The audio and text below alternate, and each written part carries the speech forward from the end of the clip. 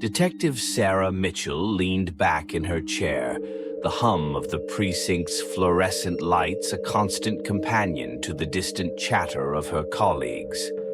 The case files piled up on her desk were nothing out of the ordinary.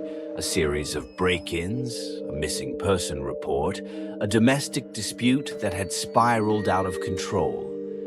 Typical work for a Monday morning.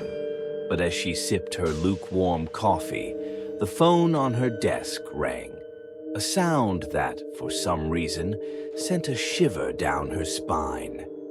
"Mitchell," she answered, her voice steady, though the odd sense of foreboding lingered.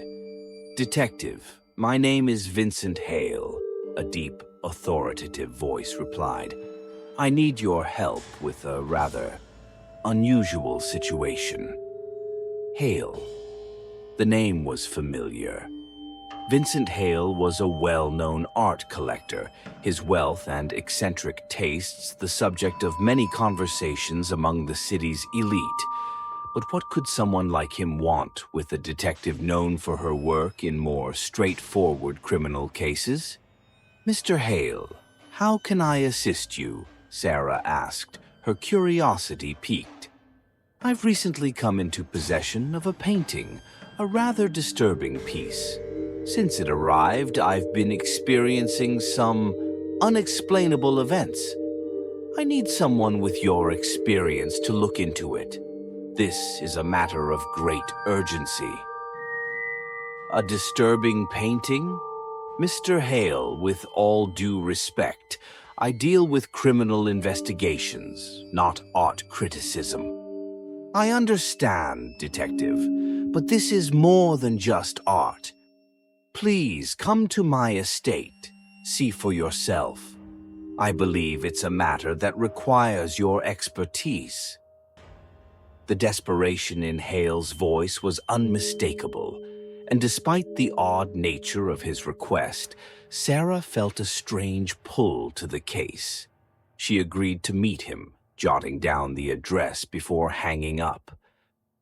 As she drove through the winding roads leading to Hale's estate, the city slowly gave way to sprawling suburbs, then to the more isolated and wealthy outskirts where old money resided in grand mansions. Hale's home was at the end of a secluded lane, surrounded by towering trees that cast long shadows over the property. The mansion itself was a monument to excess, a sprawling Gothic structure with turrets and ivy-covered walls that seemed to whisper secrets of the past. Sarah parked her car in the circular driveway and approached the massive oak doors, which creaked open as if expecting her arrival. Vincent Hale stood in the grand foyer, a tall, imposing figure dressed in a tailored suit that spoke of both wealth and control. But his face was pale, his eyes shadowed with a fatigue that no amount of money could erase. "Detective Mitchell, thank you for coming," Hale said, his voice a mix of relief and anxiety. "Please follow me. The painting is in the gallery." The gallery was an expansive room, its walls lined with an impressive collection of art, landscapes, portraits, and abstract pieces that would be the envy of any museum. But amidst the vibrant colors and masterful brushstrokes, one painting stood out, demanding attention. It was larger than the others, framed in dark wood that seemed almost as foreboding as the image it contained. The painting depicted a clown. No, not just a clown, but something far more sinister. Its face was a grotesque parody of joy, with a smile that stretched unnaturally wide, revealing too many teeth. The eyes, dark and soulless, seemed to bore into Sarah's very being, following her every movement as she stepped closer. "Since this painting arrived," Hale began, his voice trembling slightly, "I've experienced things I can't explain. Objects in the house have moved on their own. I've heard laughter, Horrible, mocking laughter echoing through the halls at night, and the shadows. They seemed to come alive, flickering in places where there should be no light. Sarah forced herself to look away from the painting, though it took more effort than she expected. When did you receive this painting? 2 weeks ago. It was delivered anonymously. No note, no indication of who sent it. At first, I thought it was some sort of prank, but then the nightmares started. I haven't had a full night's sleep since. And you've had no other disturbances before this. No reason to believe someone would want to frighten you. Hale shook his head. None. But there's something about this painting, Detective. Something evil. Sarah approached the painting again, examining the details. The brushstrokes were meticulous, almost too perfect, as if the artist had poured not just skill, but something darker into the work. The more she looked, the more the clown seemed to change, its features subtly shifting, its eyes growing darker, more malevolent. She stepped back, her heartbeat quickening. I need to take this to the station. We'll analyze it, see if there's any record of the artist or anything unusual about the materials used. Hale hesitated. Be careful, Detective. There's more to this painting than meets the eye. I fear that looking at it for too long, it does something to you. Sarah nodded, though she was skeptical. Still, the unease she felt wasn't something she could easily dismiss. I'll be in touch. As she left the mansion, Sarah couldn't shake the feeling that the painting's eyes were still on her, watching, waiting. The image of the clown burned into her mind, a grotesque smile that lingered even as she drove away. That night, as she lay in bed, Sarah found herself replaying the events of the day. The shadows in her room seemed deeper, more oppressive. Just as she was about to drift off to sleep, a faint sound reached her ears, a soft, barely audible chuckle that sent a chill down her spine. She sat up, heart pounding, but the room was silent. Just her imagination, she told herself. But deep down, she knew this case was different. The painting was more than just a disturbing piece of art. It was a door, and something dark was waiting on the other side. And for the first time in her career, Sarah Mitchell wondered if she had taken on more than she could handle. The rain pelted against the windshield as Detective Sarah Mitchell drove through the winding streets of the city, the wipers struggling to keep up with the downpour. The weather seemed to match her mood, gray, oppressive, and heavy with unanswered questions. The unsettling experience at Vincent Hale's mansion had left her with a sense of unease she couldn't shake. The painting's eerie presence still lingered in her thoughts, and the vague, unsettling laughter from the night before echoed in the back of her mind. The address she was headed to was on the edge of the city, in a neighborhood that had seen better days. The buildings here were old, their facades worn down by time and neglect. It was a place where people didn't ask too many questions, and secrets could be buried beneath layers of dust and forgotten memories. Sarah parked her car in front of a small, nondescript building with a faded sign above the door that read, "Reed's Curiosities." The windows were grimy, offering only a faint glimpse of the shadowy interior. The bell above the door jingled as she entered, the sound strangely loud in the otherwise silent shop. The inside of the shop was cluttered and dimly lit, the air heavy with the smell of old paper, wood, and something else. something musty and faintly metallic that Sarah couldn't quite place. The shelves were crammed with oddities, ancient books with cracked spines, tarnished silver trinkets, and strange sculptures that seemed to have been carved from some unidentifiable material. "Detective Mitchell, I presume?" The voice came from the back of the shop, low and raspy, like someone who had spent too many years inhaling dust and smoke. A man emerged from behind a curtain, wiping his hands on a stained apron. He was tall and thin, with a sallow complexion and eyes that seemed to dart nervously around the room, never settling on one spot for too long. "Jasper Reed?" Sarah asked, already knowing the answer. Reed nodded, his expression unreadable. "Yes, I'm Jasper Reed. You're here about the painting, aren't you?" Sarah didn't bother to hide her surprise. "How did you know?" Reed let out a dry chuckle, though there was no humor in it. "Hale called me this morning. Said you'd be coming by. Said you'd want to know where the painting came from." Sarah crossed her arms, studying the man. There was something about him, his jittery movements, the way his eyes never quite met hers, that set her on edge. "And do you know where it came from?" Reed hesitated, his gaze flicking to the back of the shop, where the curtain hung like a barrier between the front room and whatever lay beyond. "I know enough to tell you that it's not just a painting, Detective. It's a lot more than that." "Go on," Sarah prompted, keeping her tone even. She could sense that Reed was skittish, like a rabbit ready to bolt, and she needed to coax the information out of him without scaring him off.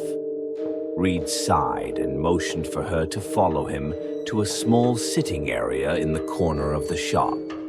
The furniture was mismatched and worn, but she could see that this was where Reed spent most of his time.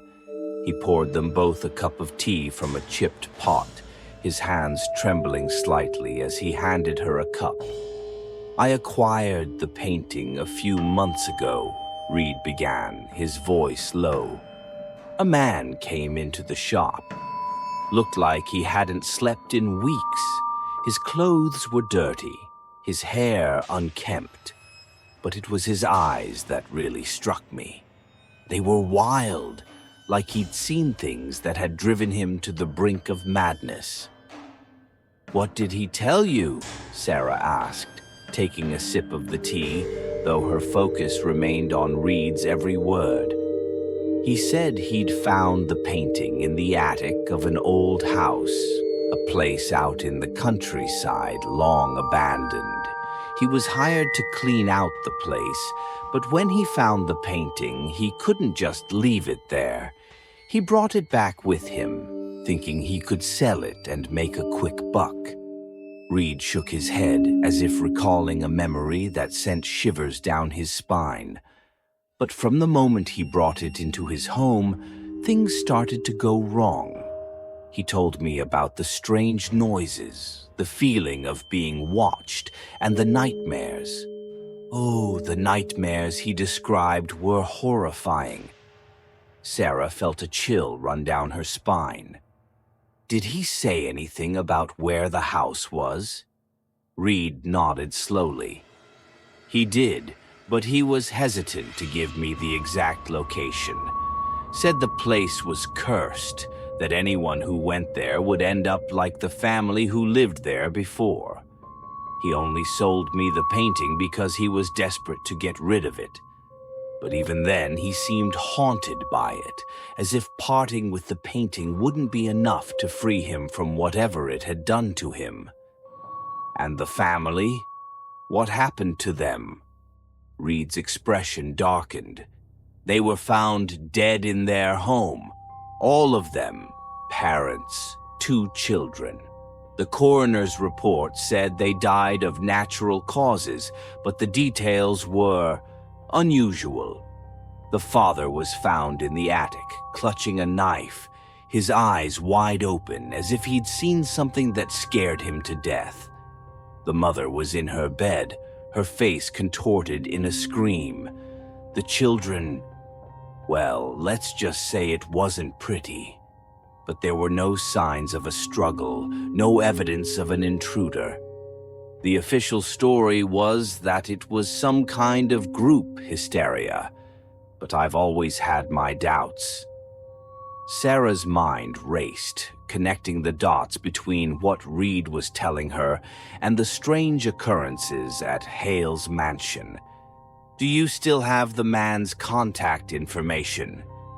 Reed shook his head. "He didn't leave any. Said he was leaving town and didn't want to be found. Honestly, I don't blame him." Sarah set her cup down, leaning forward. "You need to tell me everything you know about that house, Reed. If there's even a chance that it's connected to what's happening with this painting, I need to know." Reed glanced around the shop as if expecting someone or something to be listening. "I don't know much more, just that the house is located off an old, forgotten road about 30 miles from here. It's been abandoned for decades. No one in their right mind would go near it after what happened." "Can you take me there?" Sarah asked, her tone firm. Reed hesitated, his face pale. "I can give you directions, but I won't go back there, Detective. I've dealt with a lot of strange things in my line of work, but this is something different.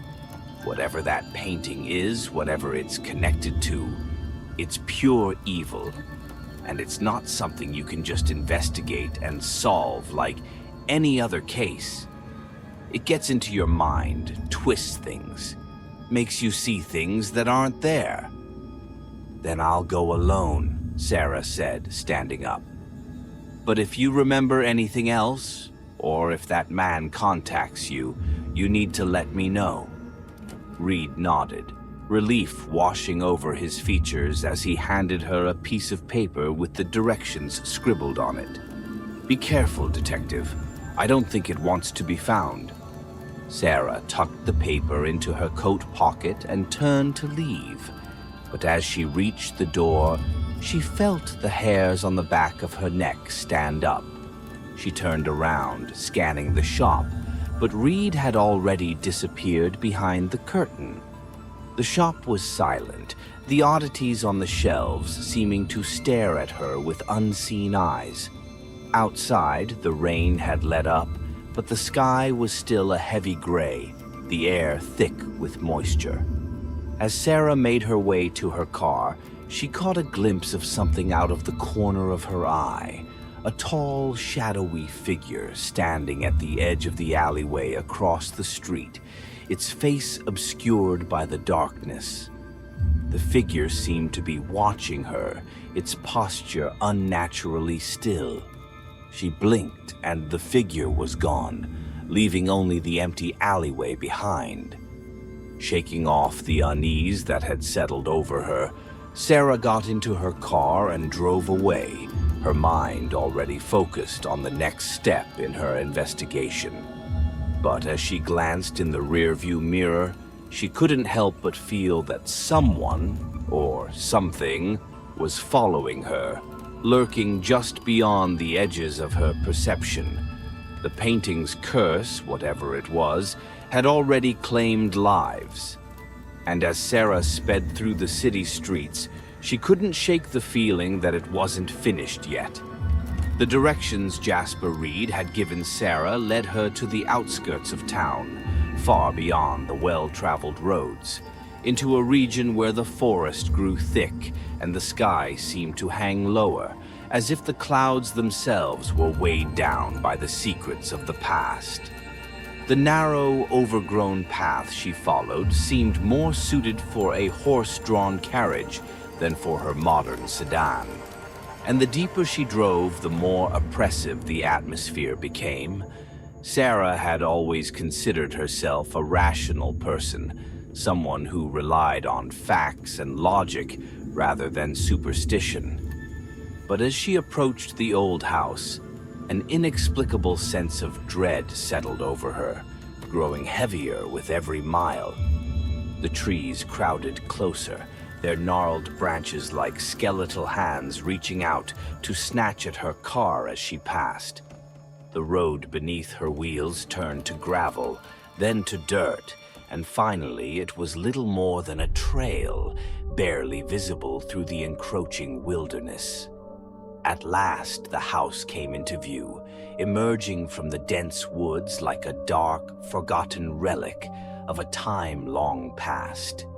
It stood at the end of the path, looming like a sentinel guarding the secrets of its tragic history. The house was a Victorian monstrosity, its once grand facade now crumbling and overrun with ivy. The windows were broken, the roof sagging in places, and the paint had peeled away to reveal the weathered wood beneath. It looked as though it had been abandoned for decades, left to rot and decay in the isolation of the forest. Sarah parked her car a safe distance away and approached the house on foot, her senses alert to every sound. The silence was oppressive, broken only by the occasional rustling of leaves in the wind. There were no birds, no insects, just the whisper of the breeze and the distant creaking of old wood settling in the cold. She stepped onto the porch, the wood groaning under her weight. The front door was slightly ajar, as if someone had left it open in a hurry. She pushed it open, the hinges protesting with a loud screech that echoed through the empty halls. The interior of the house was just as decrepit as the outside. Dust coated every surface, and cobwebs hung from the ceiling like tattered curtains. The air was thick with the smell of mold and decay, and the light filtering through the dirty windows was weak and gray, casting long shadows that seemed to stretch and shift as she moved. Sarah pulled out her flashlight and turned it on, the beam cutting through the gloom. The entrance hall was spacious, with a grand staircase leading to the second floor, but everything was in a state of disrepair. The wallpaper had peeled away in long strips, revealing the cracked plaster beneath, and the once elegant chandelier hung at an odd angle, its crystals coated in grime. She walked through the house, her footsteps muffled by the layers of dust and debris on the floor. Every room she entered was a snapshot of a life abruptly abandoned. A parlor with a grand piano covered in dust, its keys untouched for decades. A dining room with a long table set for a meal that was never eaten, the plates and cutlery still in place. A children's room with broken toys scattered across the floor, their bright colors faded with time. It was as if the family who had lived here had simply vanished, leaving everything behind. Sarah made her way up the staircase, each step creaking ominously beneath her. The second floor was darker, the windows covered in thick layers of dust that blocked out what little light remained. She found the master bedroom first, its four-poster bed still draped in decaying linens, the walls lined with photographs of the family. A father, a mother, and two children, their faces frozen in time, unaware of the fate that awaited them. She felt a pang of sorrow as she studied the photos. The children were young, no more than 6 or 7, their smiles wide and innocent. The mother, a beautiful woman with dark hair, had a warm, loving expression, while the father looked stern but proud. It was a picture of a happy family, but the tragedy that had befallen them loomed over the room like a dark cloud. The journal Reed had mentioned was supposed to be in the attic, and Sarah steeled herself as she approached the narrow staircase leading up. The attic door was slightly ajar, as if inviting her to discover its secrets. As she climbed the stairs, the air grew colder, and she could feel the hairs on the back of her neck stand up, as if the house itself was aware of her presence. The attic was a large, open space, cluttered with old furniture and boxes that had been left to gather dust. The light from her flashlight cast long, eerie shadows across the room, making it difficult to see where the walls ended and the darkness began. She scanned the room, searching for any sign of the journal, her breath fogging in the cold air. Then she saw it. A small, leather-bound book lying on a dusty old trunk in the corner. It looked out of place, as if someone had placed it there deliberately, waiting for her to find it. Sarah picked it up, her gloved fingers brushing away the dust that covered the worn leather cover. The name, Emily, was written in faded ink on the first page, the handwriting delicate and precise. She opened the journal carefully, the pages brittle with age. The entries were dated over 50 years ago, the ink faded but still legible. As she read, a sense of dread settled over her, the words painting a picture of a family slowly descending into madness. August 3rd, 1969. Father brought home a new painting today. It's strange and unsettling, a portrait of a clown that makes me feel uneasy whenever I look at it. Mother says it's just a silly picture, but I can't shake the feeling that there's something wrong with it. The eyes, they seem to follow me wherever I go. August the 12th, 1969. Things have been different since the painting arrived. Father is distant, spending hours staring at it, muttering to himself. He's been locking himself in the attic at night, and I hear him pacing back and forth. Sometimes I hear laughter, horrible, mocking laughter that echoes through the house. Mother says it's just the wind, but I know better. Something is wrong.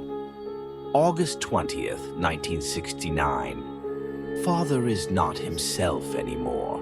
He looks at us with those eyes like he doesn't recognize us. He's been talking about the clown, saying it's more than just a painting. Mother tried to take it down, but Father became furious, screaming at her, saying that the clown must stay. I'm scared. I don't know what to do. The entries grew more frantic, the handwriting becoming more erratic, as Emily described the gradual unraveling of her family. The mother's increasing fear, the father's descent into madness, the children's growing terror. It all culminated in the final entry. September 15th, 1969. Father is gone. He went into the attic and never came down.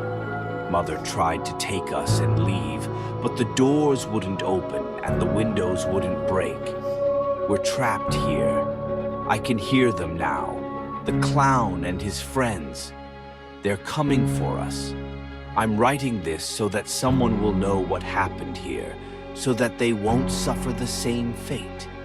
If you find this journal, please destroy the painting. It's the only way.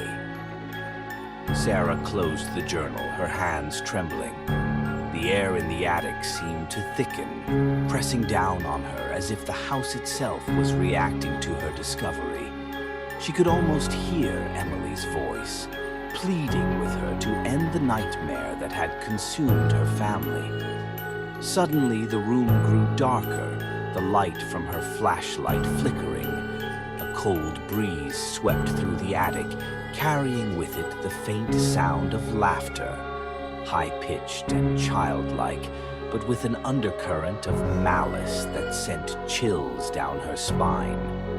She turned toward the source of the sound, her heart pounding. In the corner of the attic, where the shadows were deepest, she saw movement, something shifting in the darkness. The laughter grew louder, echoing through the attic as the shadows seemed to stretch and reach out for her. Sarah backed away, her instincts screaming at her to run, but her feet felt rooted to the spot.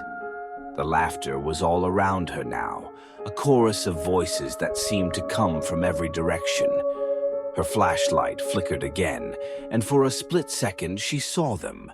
Pale faces with dark, hollow eyes, grinning mouths filled with too many teeth. The flashlight went out, plunging the attic into complete darkness. Sarah's breath caught in her throat, and she fumbled for her phone, her fingers shaking as she tried to turn on the screen. The laughter stopped abruptly, leaving only the deafening silence. She finally managed to turn on her phone's light, casting a dim glow across the room. The shadows had retreated, and the attic was empty once more, but the sense of dread remained, heavy and suffocating. Sarah didn't waste any more time. She hurried out of the attic, down the stairs, and out of the house, her heart pounding in her chest. She didn't stop until she was back in her car, the door slammed shut behind her. As she drove away from the house, the journal clutched tightly in her lap. Sarah couldn't shake the feeling that she had disturbed something ancient and malevolent, something that was now aware of her presence. She had to get back to the city, back to her apartment, where she could think clearly. But even as she sped down the winding road, she couldn't escape the feeling that she wasn't alone, that the eyes of the painting and whatever lurked within the house were still watching her. And she knew deep down that this was only the beginning. The first thing Sarah noticed when she returned to her apartment was how quiet it was. The kind of silence that presses in on you, making you feel as if you're not really alone. The hum of the city outside, normally a comforting background noise, seemed distant, muted. It was as if the walls of her home were thickening, sealing her off from the world outside. She set the journal down on her kitchen table, her eyes scanning the room, searching for anything out of place. But everything was exactly as she had left it, except for the uneasy feeling that had followed her from the haunted house. No matter how hard she tried to shake it, the sense of being watched, of something unseen lurking just beyond her periphery, wouldn't leave her. Sarah had faced danger before, had stared down criminals and killers without flinching, but this was different. This was a creeping fear, something that gnawed at the edges of her sanity, whispering that she was in over her head. And yet, she couldn't stop. There was something about the case, about that damn painting, that wouldn't let her go. She poured herself a glass of water, her hands shaking slightly as she lifted it to her lips. The cool liquid did little to calm her nerves. As she stood by the kitchen counter, her mind kept drifting back to the faces in the shadows, the ghostly laughter that had haunted the attic, and the way the house had seemed to come alive around her. She knew she should sleep, knew that rest was the only way to regain the clarity she desperately needed. But every time she closed her eyes, she saw the clown's twisted grin, heard its mocking laughter. And when she did drift off, her dreams were filled with visions of the family in the photos, dead eyes staring at her, accusing her, begging her to end their torment. Unable to stand the silence any longer, Sarah grabbed the journal and retreated to her living room. She needed to make sense of what she had found, needed to connect the dots between the house, the painting, and the deaths. There had to be a pattern, something she was missing. She spread out her notes on the coffee table, flipping through the pages of Emily's journal. The words seemed to blur together, the lines between reality and nightmare fading, as exhaustion weighed down her eyelids. But she pushed on, determined to find the truth. The more she read, the more the story of Emily's family consumed her. The painting had appeared in their lives like a dark omen, a catalyst for their descent into madness. It had started with small things, strange noises, odd shadows, fleeting glimpses of movement in the corner of their eyes. But it had quickly escalated, driving the father to obsession, the mother to despair, and the children to terror. Sarah recognized the signs all too well. She was beginning to feel them herself. The way the painting had lingered in her thoughts since the moment she saw it. The way her dreams had been invaded by the images from the house. It was as if the painting had taken root in her mind, poisoning her thoughts, her sleep, her very sense of reality. She had tried to find comfort in the familiar, tried to anchor herself to the here and now, but it was slipping away bit by bit. Her apartment, once a sanctuary, now felt foreign, alien. The shadows in the corners seemed to stretch a little too far, the dark spaces between the furniture hiding things that shouldn't be there. She stared at the pages of the journal, willing herself to focus, to keep her mind on the facts. The painting was connected to the deaths of Emily's family, that much was clear. But what was it about the painting that had such power? How could an object, a mere canvas and paint, wreak such havoc, inspire such terror? As she pondered these questions, her phone buzzed, jolting her back to the present. It was a text from her colleague, Detective Greg Larson, checking in on her. They had worked together for years, and he had a knack for sensing when something was off. "You good, Mitchell? Haven't heard from you since you took the case. Let me know if you need backup." Sarah hesitated before responding. She didn't want to involve anyone else in this. Not yet, not until she had a better grasp of what she was dealing with. But at the same time, the isolation was starting to get to her, and she knew she couldn't do this alone. "I'm fine, just busy with this painting case. Got some leads I'm following up on. I'll keep you posted." She sent the text, hoping it sounded more convincing than it felt. A moment later, her phone buzzed again. "All right, just don't go off the deep end on me. This one sounds weird, even by our standards." Sarah managed a small smile. Larson had always been the cautious one, the voice of reason when she got too caught up in a case. But this time, it wasn't just the case that was consuming her. It was something far more sinister, something she couldn't quite put into words. She put the phone down and rubbed her temples, feeling the tension building behind her eyes. She knew she should stop, knew that she was teetering on the edge of obsession, just as Emily's father had. But she couldn't let it go. The painting, the house, the journal. They were all pieces of a puzzle, and she had to see the whole picture, no matter what it cost her. The night stretched on, the hours slipping by unnoticed as Sarah continued to sift through the evidence. She found herself tracing the lines of the case, drawing connections between the deaths of Emily's family and other unsolved cases in the area, cases where victims had reported seeing a clown before their deaths, cases where the circumstances were eerily similar to those described in the journal. Her apartment grew colder, the shadows deepening as the clock ticked closer to midnight. She pulled a blanket around her shoulders, but it did little to ward off the chill that seemed to seep into her bones.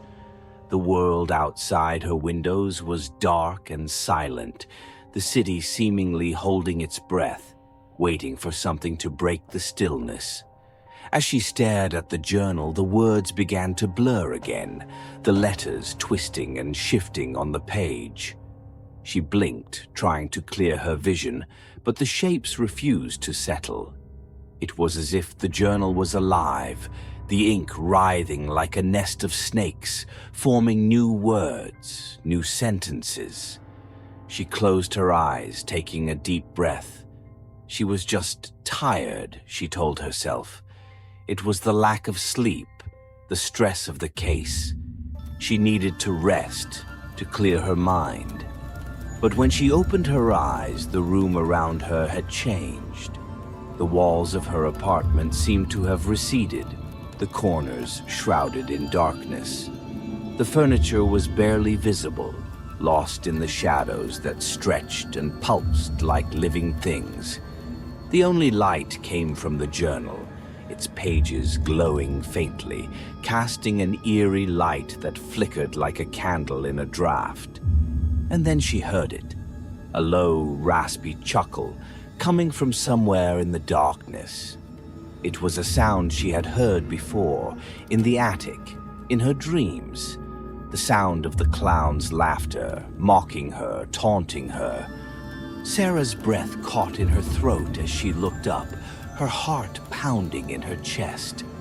The shadows shifted, and she saw it, a figure standing just beyond the edge of the light, tall and thin, with eyes that gleamed in the darkness. It was the clown, its face hidden in shadow, but she could feel its gaze on her, feel the weight of its presence pressing down on her. She tried to move, to reach for her phone, for anything, but her body wouldn't respond.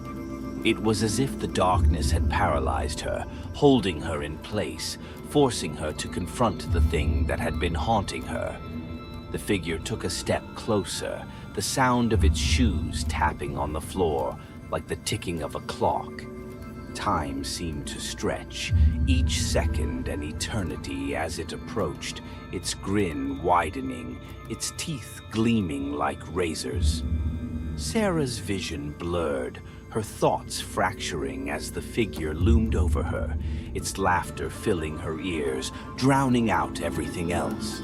She could feel the cold radiating from it, a chill that seeped into her very soul, freezing her from the inside out.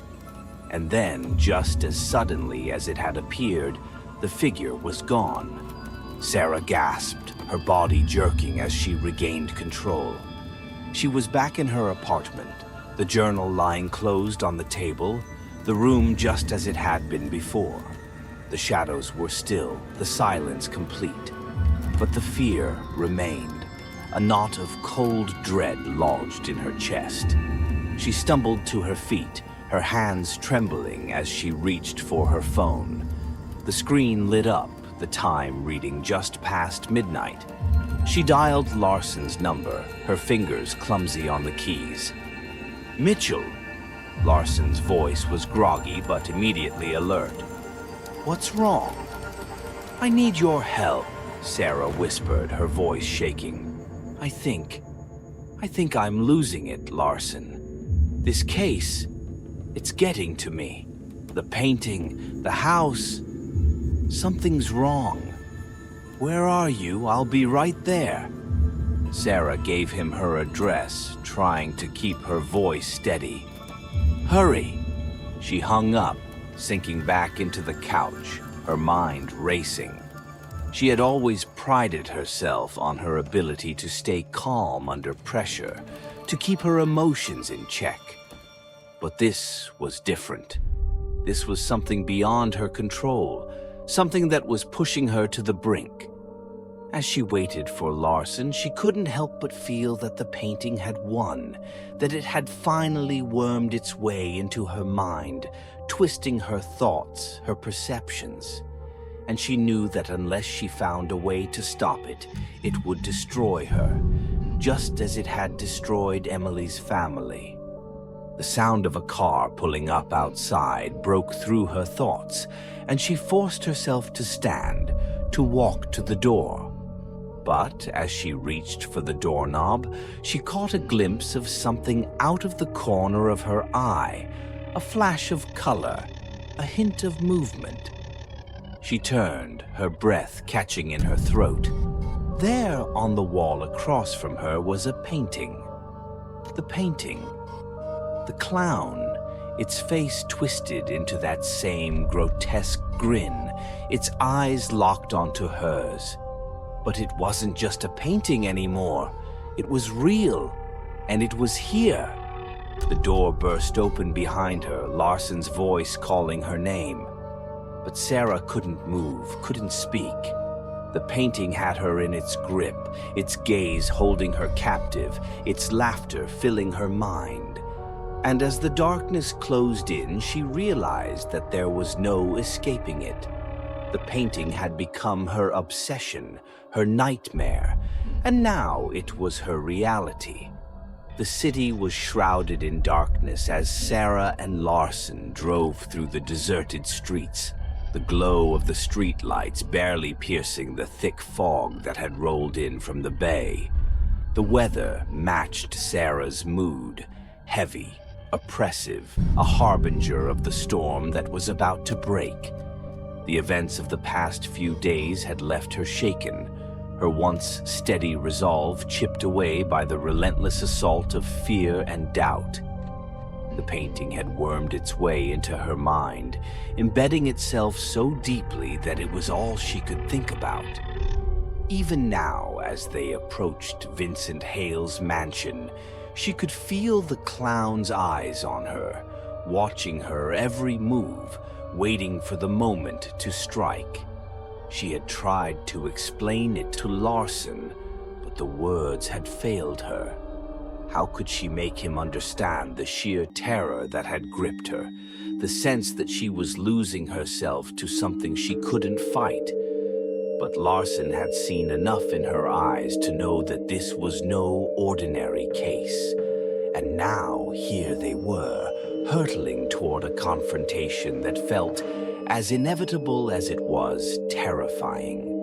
The mansion loomed before them, its dark silhouette barely visible through the fog.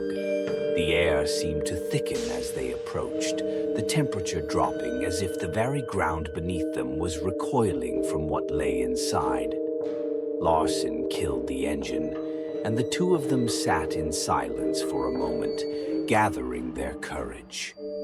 The mansion's windows were dark, the only light coming from the flickering lanterns that lined the long, winding driveway. "Are you sure about this, Sarah?" Larson asked, his voice low, cautious. "We don't know what we're dealing with here. You're not alone in this. You don't have to do this by yourself." Sarah nodded, though she didn't feel sure of anything anymore. But she knew one thing for certain. This had to end tonight. Whatever power the painting held, whatever force was driving it, she couldn't let it consume her or anyone else any longer. "I don't have a choice, Greg," she said, her voice trembling despite her best efforts. "It's like a cancer. It won't stop until it's destroyed, and I'm the one who has to do it." Larson studied her for a moment, then nodded. "All right. We go in together.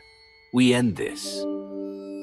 They exited the car, their footsteps eerily silent on the gravel as they approached the mansion's front doors. The air was thick with tension, each step forward feeling like a step closer to the abyss. Sarah could feel the weight of the painting's influence pressing down on her, her breath coming in short, ragged gasps as they reached the door. Larson pushed it open, and they were immediately engulfed by the darkness within. The mansion was silent, the air stale, as if it had been holding its breath, waiting for their arrival. Sarah's flashlight cut through the gloom, casting long, twisted shadows on the walls.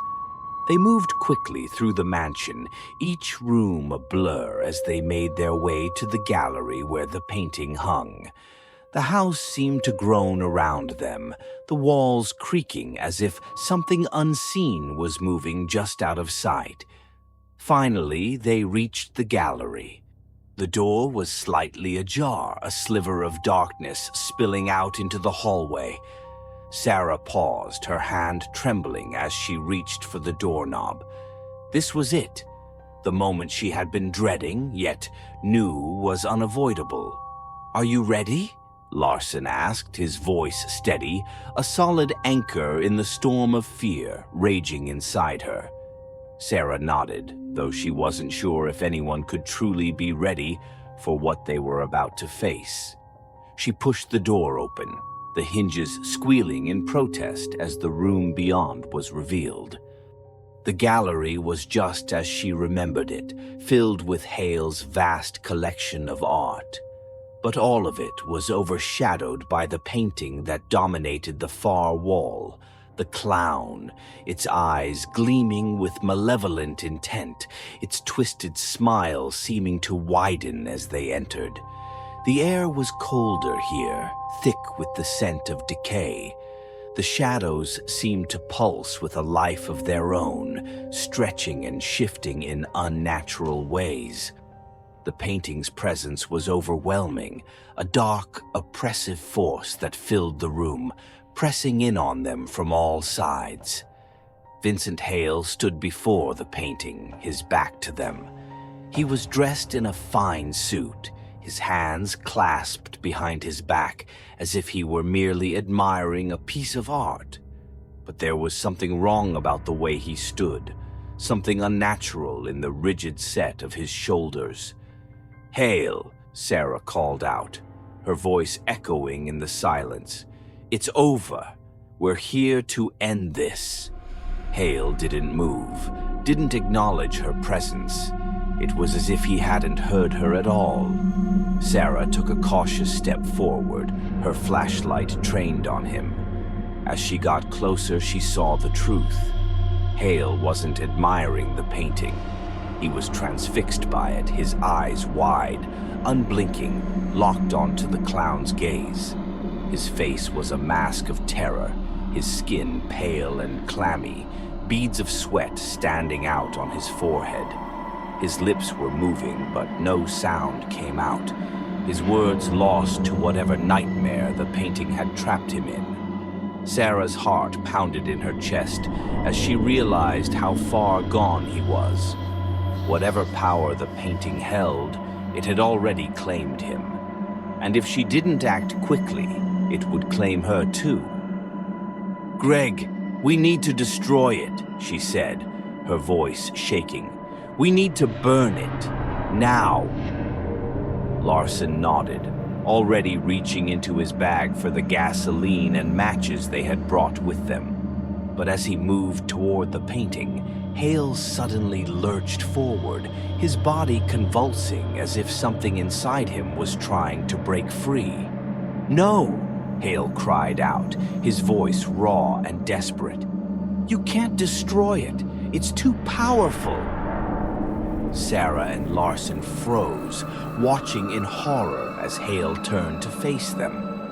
His eyes were bloodshot, wild with fear, his hands clawing at his own face as if trying to tear away the madness that had taken hold of him.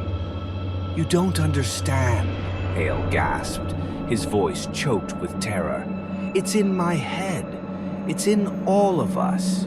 You can't escape it. You can't fight it. It's already won." Sarah's heart clenched with dread as she saw the truth in his eyes. The painting had infected him, twisted his mind beyond recognition, and now it was trying to do the same to her. But she wouldn't let it. She couldn't. "Greg, now!" she shouted, her voice breaking through the paralysis that had gripped them both. Larson moved quickly, dousing the painting with gasoline, the pungent smell filling the air. Hale screamed, a sound of pure, unadulterated terror as he lunged at them, his hands outstretched, trying to stop them. Sarah shoved him back, her own fear giving her strength as she struck the match, the tiny flame dancing in the darkness. For a moment, time seemed to freeze, the match hovering in the air between them and the painting. Then she let it drop. The flames erupted with a roar, the gasoline catching fire instantly, the flames licking up the canvas, consuming the twisted image of the clown. The heat was intense, pushing them back as the fire spread, the painting writhing as if it were alive, as if it were trying to escape its own destruction. Hale collapsed to the floor, his screams echoing through the gallery as the flames engulfed the painting. Sarah watched in horror as the fire seemed to feed on his anguish, his body convulsing as the painting's power fought to keep its hold on him. But the flames were relentless, devouring the painting, reducing it to ash.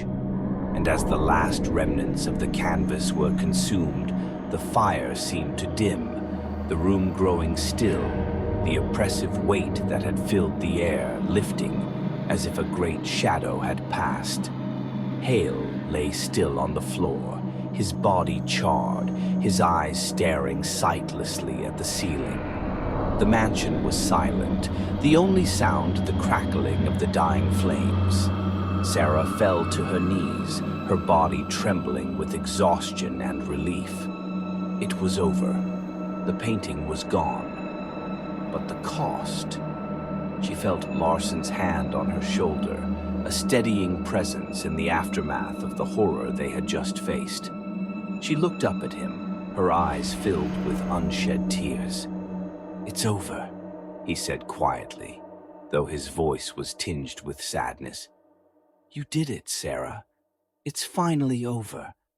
She nodded, though the victory felt hollow. The painting was gone, but the memories, the nightmares would linger. The faces of Emily's family, of Hale, of the things she had seen, would haunt her for the rest of her life. Together they stood, the weight of what they had done settling over them like a shroud. The mansion was a tomb now, a place of death and darkness, but at least it was no longer a place of evil. They made their way out of the gallery, the night air cold against their skin as they stepped outside. The fog had lifted, the sky clear and filled with stars. The world was quiet, peaceful, as if nothing had happened at all. But Sarah knew better.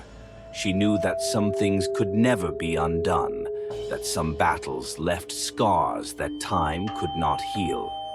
And as she and Larson walked away from the mansion, leaving it and all its horrors behind, she couldn't shake the feeling that something had been left unfinished, that some part of the painting's evil still lingered, waiting for the moment when it could rise again.